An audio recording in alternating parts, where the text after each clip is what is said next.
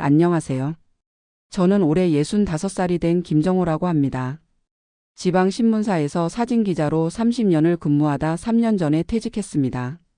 제 인생이 이렇게 될 줄은 정말 몰랐습니다. 사실 저는 평생 도시에서만 살았어요. 아파트 숲과 콘크리트 건물들 사이에서 바쁘게 살아왔습니다. 퇴직 전 5년 동안은 도시 생활에 지쳐 하루빨리 자연 속에서 살고 싶다는 생각뿐이었죠. 매일 아침 출근길 지옥철에 시달리며 생각했습니다. 아, 빨리 퇴직해서 시골에 작은 집 하나 짓고 텃밭 가꾸며 살고 싶다. 이런 생각이 제 머릿속에 점점 커져갔습니다. 신문사에서 일할 때는 정말 바빴어요. 사진기자라는 직업 특성상 밤낮 없이 현장을 뛰어다녀야 했습니다. 재난 현장, 사건 현장, 정치 현장까지 카메라 들고 전국을 다녔죠.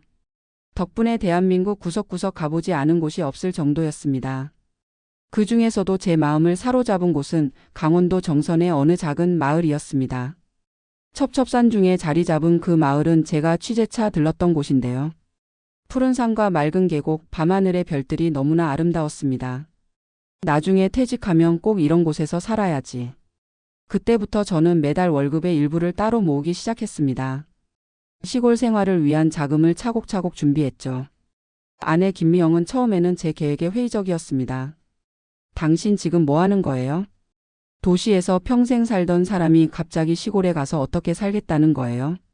아이들은 어떻게 해요? 이런 질문들을 쏟아냈죠. 하지만 저는 포기하지 않았습니다. 꾸준히 정보를 모으고 시골 생활에 대한 책들을 읽었습니다. 유튜브에서 기촌한 사람들의 영상도 수없이 봤죠. 그들의 행복한 모습을 보며 저도 그런 삶을 살 수 있을 거라 확신했습니다. 시간이 흘러 마침내 퇴직 날이 다가왔습니다. 30년간의 직장 생활을 마무리하는 순간이었죠. 동료들과의 작별 인사, 퇴직 축하 파티, 그리고 마지막 출근길까지. 모든 순간이 감회가 새로웠습니다. 퇴직금으로는 1억 8천만 원을 받았습니다. 거기에 제가 모아둔 돈과 아내의 적금까지 합쳐 2억 5천만 원의 자금이 모였죠. 그리고 신문사에서 받는 국민연금은 월 142만 원이었습니다. 저희 부부는 오랜 상의 끝에 결정을 내렸습니다. 서울 송파구 아파트를 팔고 강원도 정선에 전원주택을 짓기로 한 거죠. 아파트는 4억 2천만 원에 팔렸고 그중 일부는 대출 상환에 사용했습니다. 자녀들은 이미 독립해서 각자의 삶을 살고 있었습니다. 아들은 호주에서 유학 중이었고 딸은 결혼해서 분당에 살고 있었죠. 자녀들은 저희의 결정에 다소 놀라워했지만 응원해 주었습니다. 아빠, 정말 그게 하고 싶은 거라면 해보세요. 엄마랑 행복하게 사세요. 가끔 놀러 갈게요. 이런 말들을 해주었죠.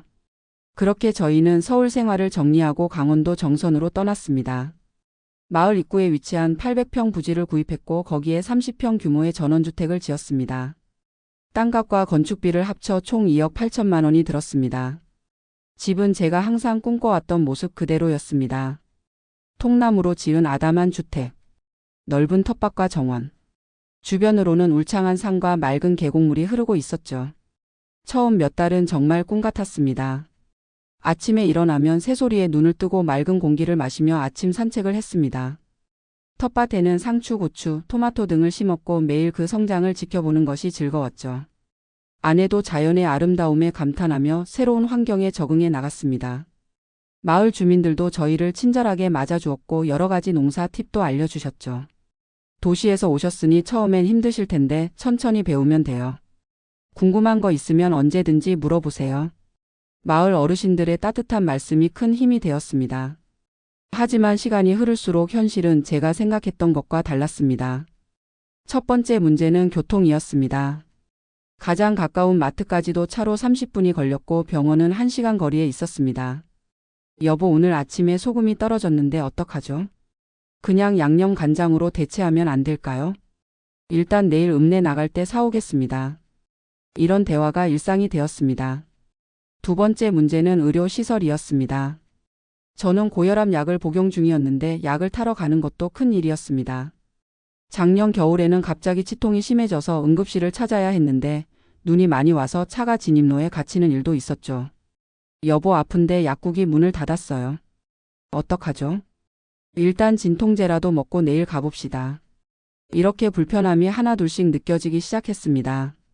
세 번째는 사회적 고립감이었습니다. 도시에서는 쉽게 만날 수 있었던 오랜 친구들과의 만남이 뜸해졌습니다. 서울에서 오가는 친구들도 처음에는 자주 놀러 왔지만 시간이 지날수록 방문 횟수가 줄어들었죠. 넷째는 문화생활의 부재였습니다. 도시에서는 영화관, 도서관, 미술관 등을 쉽게 이용할 수 있었는데 이곳에서는 그런 시설을 찾아보기 어려웠습니다. 인터넷으로 영화를 보거나 책을 읽는 것으로 대체했지만 실제 문화생활을 즐기는 것과는 차이가 있었죠. 가장 큰 문제는 아내의 적응이었습니다. 처음에는 새로운 환경에 호기심을 보였지만 시간이 지날수록 우울감을 느끼기 시작했습니다. 서울에서는 오랜 친구들과 정기적으로 만나고 취미생활도 함께 했는데 이곳에서는 그런 활동이 어려웠죠. 정호 씨, 나 여기서 뭘 하고 살아야 할지 모르겠어요. 서울에 있는 친구들이 보고 싶어요. 이렇게 계속 살 수 있을지 모르겠어요. 아내의 이런 말들이 점점 많아졌습니다. 저도 점차 현실을 직면하게 되었습니다. 텃밭 가꾸기는 생각보다 훨씬 힘들었고 집 관리도 많은 노력이 필요했습니다. 겨울에는 난방비가 생각보다 많이 나왔고 눈 치우기도 큰 일이었죠. 퇴직하고 나서 처음으로 삶의 방향에 대해 고민하기 시작했습니다. 내가 과연 올바른 선택을 한 것일까? 평생 도시에서 살아온 사람이 갑자기 시골 생활에 적응하는 것이 가능한 걸까? 아내를 위해서라도 다시 도시로 돌아가야 하는 걸까? 이런 질문들이 머릿속을 맴돌았습니다. 그러던 어느 날 마을 이장님이 저희 집에 찾아오셨습니다. 김 기자님, 마을 소식지 좀 만들어 주실 수 있을까요? 요즘 젊은 사람들이 마을에 관심을 갖게 하려면 홍보가 필요하거든요. 기자 생활 오래 하셨으니 잘 아실 것 같아서요. 처음에는 그저 부탁을 들어주는 마음으로 시작했습니다. 디지털 카메라를 들고 마을 구석구석을 다니며 사진을 찍고 주민들의 이야기를 듣고 기록했죠. 작은 마을이지만 사람들의 삶과 이야기는 너무나 풍부했습니다. 할머니의 된장 담그는 비법, 할아버지의 옛날 이야기, 귀농한 젊은 부부의 농사 도전기. 이런 이야기들을 사진과 함께 소식지에 담았습니다. 첫 소식지가 나오자 마을 주민들의 반응이 뜨거웠습니다. 우리 마을이 이렇게 아름다운 줄 몰랐네요. 김 선생님 덕분에 우리 이야기가 이렇게 멋지게 실렸네요. 다음 호는 언제 나와요? 이런 반응들이 저에게 큰 보람을 주었습니다. 소식지 작업은 제게 새로운 활력소가 되었습니다. 퇴직 후 잃어버렸던 제 정체성을 다시 찾는 기분이었죠. 사진기자로서의 경험과 기술이 이곳에서도 가치 있게 쓰이는 것을 느꼈습니다. 아내도 소식지 작업에 참여하기 시작했습니다. 편집과 디자인을 도와주었고 주민들과 인터뷰하는 과정에도 함께했죠. 점차 마을 주민들과 가까워지면서 아내의 표정도 밝아지기 시작했습니다. 정호 씨, 오늘 김 할머니가 된장찌개 끓이는 법 알려주신다고 하셨어요. 같이 가요. 소식지에 할머니의 레시피도 실으면 좋을 것 같아요. 아내의 말투에 활기가 돌아왔습니다. 마을 소식지는 점점 발전해 갔습니다. 처음에는 종이로만 만들었지만 나중에는 온라인 블로그도 만들어 더 많은 사람들과 소통하기 시작했죠. 인근 지역에서도 관심을 보이기 시작했고 지역 신문에서 저희 활동을 취재하러 오기도 했습니다. 이런 활동을 통해 저희 부부는 점차 마을에 적응해 나갔습니다.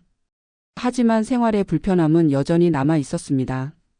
특히 아내는 가끔 도시 생활이 그립다고 말했죠. 그러던 중 좋은 기회가 찾아왔습니다. 마을에서 차로 15분 거리에 있는 읍내에 작은 공간이 나왔는데 그곳을 임대해 작은 갤러리 카페를 열어보자는 제안을 받았습니다.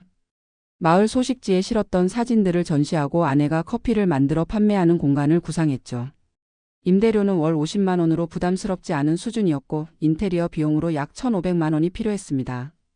고민 끝에 저희는 도전해 보기로 했습니다. 다행히 남은 퇴직금과 저축금이 있어 초기 비용을 감당할 수 있었죠. 갤러리 카페 상골 사진관을 오픈하고 첫 한 달은 손님이 거의 없어 걱정이 많았습니다. 하지만 입소문을 타고 점차 방문객이 늘기 시작했죠. 주말에는 인근 도시에서 오는 관광객들로 꽤 붐비기도 했습니다. 이런 곳이 시골에 있다니 놀랍네요. 사진이 정말 아름다워요. 커피도 맛있고 분위기도 좋아요. 이런 말들을 들을 때마다 가슴이 뿌듯했습니다. 갤러리 카페는 수익도 중요했지만 그보다 더 중요한 것은 저희 부부에게 새로운 목표와 활력을 주었다는 점이었습니다. 아내는 바리스타 교육을 받으러 읍내까지 다니며 열정을 보였고 저는 더 좋은 사진을 찍기 위해 마을 구석구석을 다니며 새로운 모습을 담았습니다. 카페 운영이 안정되면서 도시와 시골을 오가는 생활 방식도 고려하기 시작했습니다. 딸이 사는 분당에 작은 원룸을 월세로 얻어 한 달에 한 번 정도 서울에 올라가 문화생활도 즐기고 오랜 친구들도 만나는 방식이었죠. 월세는 60만 원으로 부담이 되긴 했지만 아내의 행복을 위해 필요한 투자라고 생각했습니다. 다행히 카페 수입이 월 150만 원 정도 되어 경제적으로도 큰 무리는 없었습니다. 그렇게 시골과 도시를 오가는 생활이 시작되었습니다. 일주일은 서울에서 3주일은 정선에서 지내는 방식이었죠. 서울에 올라가면 딸 가족과 시간을 보내고 오랜 친구들도 만나고 문화생활도 즐기며 도시 생활의 장점을 누렸습니다. 정선에 돌아오면 갤러리 카페를 운영하고 마을 소식지도 계속 만들고 텃밭도 가꾸며 시골 생활의 여유를 즐겼죠. 이런 방식으로 도시와 시골의 장점을 모두 취하는 생활 패턴을 찾아갔습니다. 하지만 완벽한 해결책은 아니었습니다. 서울과 정선을 오가는 비용과 시간이 만만치 않았고 두 곳에서의 생활비도 부담이 컸습니다. 또한 텃밭과 집을 비워두는 동안 관리 문제도 있었죠. 이런 고민 속에서 지금까지 2년이 흘렀습니다. 처음 계획했던 전원 생활의 꿈은 현실의 벽에 부딪혔지만 그 과정에서 새로운 가능성을 발견한 것 같습니다. 가장 큰 변화는 아내와 저희 관계였습니다. 처음에는 시골 생활로 인해 갈등이 많았지만 함께 위기를 극복하고 새로운 삶의 방식을 찾아가는 과정에서 더 단단해진 느낌이었습니다. 정호 씨, 처음에는 정말 힘들었지만 지금은 나름대로 좋아요. 도시에서만 살 때는 몰랐던 새로운 기쁨을 여기서 찾았어요. 물론 아직도 불편한 점은 많지만 그래도 후회하지는 않아요. 아내의 이런 말들이 저에게 큰 위로가 되었습니다. 최근에는 새로운 변화도 생겼습니다. 저희 갤러리 카페가 입소문을 타면서 지역 관광 명소로 알려지기 시작했고 지역 신문에서 취재를 오기도 했습니다. 그리고 몇몇 귀촌을 고민하는 도시 사람들이 저희 집에 찾아와 조언을 구하기도 했죠. 김 선생님, 저희도 퇴직하면 이런 곳에 살고 싶어요. 어떻게 준비해야 할까요? 힘든 점은 무엇인가요? 이런 질문들을 받을 때마다 저는 솔직하게 이야기했습니다. 시골 생활은 생각보다 훨씬 더 현실적인 문제가 많습니다. 교통, 의료, 생활 편의시설 부족 등 도시에서는 미처 생각하지 못했던 불편함이 많죠. 하지만 그 불편함을 감수하고도 얻을 수 있는 가치가 분명히 있습니다. 자연과 함께하는 삶, 여유로운 시간, 이웃과의 따뜻한 관계 같은 것들이요. 이런 대화를 통해 저는 제 자신의 선택에 대해서도 다시 한번 생각해 보게 되었습니다. 퇴직금으로 전원주택을 산 것이 정말 잘한 선택이었을까? 여전히 확실한 답은 없지만 하나의 결론에 도달한 것 같습니다. 완벽한 선택은 없다. 누구나 퇴직 후의 삶을 꿈꾸지만 그 과정에서 예상치 못한 현실의 벽에 부딪히게 됩니다. 중요한 것은 그 벽을 어떻게 넘어가느냐, 어떻게 자신만의 해결책을 찾아가느냐 하는 것이겠죠. 저희 부부는 아직도 시골 생활에 완전히 적응했다고 말하기는 어렵습니다. 여전히 불편한 점이 많고 가끔은 도시로 돌아가고 싶다는 생각도 듭니다. 하지만 그럼에도 불구하고 이곳에서 새로운 의미와 가치를 찾아가고 있다는 점은 분명합니다. 요즘은 마을 청년들에게 사진을 가르치는 작은 수업도 진행하고 있습니다. 아내는 지역 어르신들과 함께하는 요리 모임을 시작했고요. 이런 활동들이 저희에게 새로운 보람을 주고 있습니다. 경제적으로도 다행히 큰 어려움은 없습니다. 국민연금 142만 원에 갤러리 카페 수입 150만 원, 그리고 마을 소식지 제작비 30만 원 정도를 합치면 월 322만 원 정도의 수입이 있습니다. 여기서 생활비와 서울 원룸 월세, 그리고 기타 비용을 제외하면 크게 여유롭지는 않지만 안정적인 생활이 가능합니다. 다만 앞으로 나이가 더 들면 의료시설 접근성 문제가 더 커질 것 같아 걱정이 됩니다. 이미 65살인 저도 건강검진을 위해 서울까지 가야 하는 번거로움이 있는데 앞으로 10년, 20년 후에는 어떨지 생각하면 불안합니다. 그래서 최근에는 또 다른 대안을 고민하고 있습니다. 전원주택을 완전히 포기하지는 않되 읍내나 작은 도시의 아파트를 얻어 겨울에는 그곳에서 지내고 봄부터 가을까지는 전원주택에서 지내는 방식입니다. 이렇게 하면 의료시설 접근성 문제도 해결하고 계절에 따라 자연을 즐길 수도 있을 것 같아요. 아직 확실한 결정을 내리지는 못했지만 이런 고민들이 퇴직 후 삶의 일부라고 생각합니다. 어쩌면 완벽한 답을 찾는 것보다 끊임없이 새로운 가능성을 모색하고 적응해 나가는 과정 자체가 의미 있는 것인지도 모르겠습니다. 가끔은 이런 생각도 듭니다. 그냥 처음부터 서울 근교에 작은 아파트를 사서 살았다면 어땠을까? 퇴직금을 좀 더 안정적으로 관리했다면 어땠을까? 하지만 이런 만약에라는 생각은 크게 의미가 없다고 느껴집니다. 지금 저희가 선택한 이 길에서 최선을 다하는 것, 그리고 끊임없이 조정해 나가는 것. 그것이 퇴직 후 삶의 진정한 모습이 아닐까 생각합니다. 시골 생활을 꿈꾸는 많은 도시 사람들에게 제가 해주고 싶은 말은 간단합니다. 로망과 현실 사이에는 큰 간극이 있습니다. 충분한 준비와 계획 그리고 현실적인 대안을 항상 생각해 두세요. 그리고 가장 중요한 것은 함께하는 가족의 의견과 행복입니다. 퇴직 후의 삶은 또 다른 시작입니다. 새로운 도전과 어려움이 있지만 그 속에서 또 다른 가능성과 행복을 찾을 수 있다고 믿습니다. 지금도 아침에 눈을 뜨면 창밖으로 보이는 산과 맑은 공기, 그리고 텃밭의 푸른 채소들. 이런 것들이 주는 행복은 분명히 존재합니다. 다만 그 행복을 온전히 누리기 위해서는 현실적인 불편함과 타협점을 찾는 지혜가 필요한 것 같습니다. 요즘 저는 이런 생각을 많이 합니다. 인생의 후반전은 속도가 아니라 방향이 중요하다. 너무 빠르게 달려온 삶이었기에 이제는 천천히 하지만 의미 있는 방향으로 나아가고 싶습니다. 그 과정에서 실수와 시행착오가 있더라도 그것 또한 인생의 일부라고 받아들이려 합니다. 제 이야기가 퇴직을 앞두고 계신 분들 또는 이미 퇴직하고 새로운 삶을 모색하고 계신 분들에게 작은 도움이 되었으면 합니다. 완벽한 선택은 없지만 자신에게 가장 적합한 선택을 찾아가는 여정이 중요하다고 생각합니다. 지난주에는 서울에서 오랜 동료들을 만났습니다. 모두들 각자의 방식으로 퇴직 후 삶을 살아가고 있었습니다. 도시에 남아 손주를 돌보는 친구, 해외로 떠난 친구, 작은 사업을 시작한 친구 등 다양했죠. 그들의 이야기를 들으며 깨달았습니다. 퇴직 후의 삶에는 정답이 없다는 것을. 각자의 상황과 가치관에 따라 다양한 선택이 가능하고 그 모든 선택이 나름의 의미가 있다는 것을. 정호 씨, 당신이 행복해 보여서 다행이에요. 오랜 친구의 말에 저는 진심으로 대답할 수 있었습니다. 그래, 나름대로 행복해. 집으로 돌아오는 버스 안에서 창밖을 바라보며 생각했습니다. 도시의 빌딩 숲에서 점점 멀어지고 푸른 산과 들판이 보이기 시작하는 그 순간의 감정은 묘했습니다. 아직도 가끔은 도시가 그립지만 이제는 산골짜기의 작은 집이 제 마음의 안식처가 되어가고 있었습니다. 전원주택과 시골 생활. 그것은 완벽한 선택이 아닐지라도 지금의 저에게는 의미 있는 도전이자 새로운 삶의 방식입니다. 앞으로도 많은 변화와 조정이 필요하겠지만 그 과정 자체가 인생의 또 다른 여정이라고 생각합니다. 살다 보면 모든 선택에는 장단점이 있습니다. 중요한 것은 그 선택 속에서 자신만의 의미와 가치를 찾아가는 것이 아닐까요? 어제 저녁 아내와 함께 마당에 앉아 별을 보았습니다. 도시에서는 결코 볼 수 없었던 수많은 별들이 가득한 밤하늘.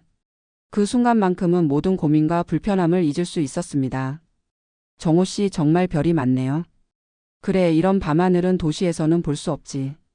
그래도 와서 잘한 것 같아요. 정말? 네, 힘든 점도 많지만 이렇게 함께 별을 보는 것만으로도 충분히 가치 있어요. 아내의 그 말이 저에게는 큰 위안이 되었습니다. 결국 인생에서 가장 중요한 것은 함께하는 사람과의 소중한 순간이 아닐까 생각합니다. 그래서 저는 오늘도 이런 생각으로 하루를 시작합니다. 완벽한 선택은 없지만 그 선택 속에서 의미를 찾아가는 여정이 중요하다. 퇴직금으로 전원주택을 산 것. 시골 생활에 적응하지 못해 고민하는 것. 그리고 그 고민 속에서 새로운 가능성을 모색하는 것. 이 모든 것이 제 인생의 소중한 한 페이지를 채워가고 있습니다.